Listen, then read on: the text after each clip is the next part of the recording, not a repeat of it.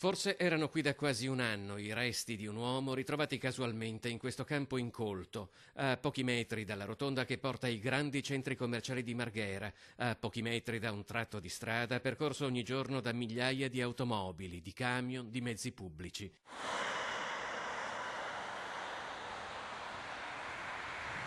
Lo scheletro è stato notato in mezzo ai rovi da un operaio che era salito su un pilone dell'energia elettrica.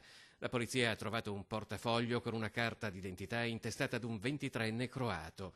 Dai primi accertamenti non risulta avere precedenti penali. A suo nome non sarebbero state presentate denunce di scomparsa e non è nemmeno presente nelle banche dati in cui finisce chi è oggetto in Italia di una semplice identificazione.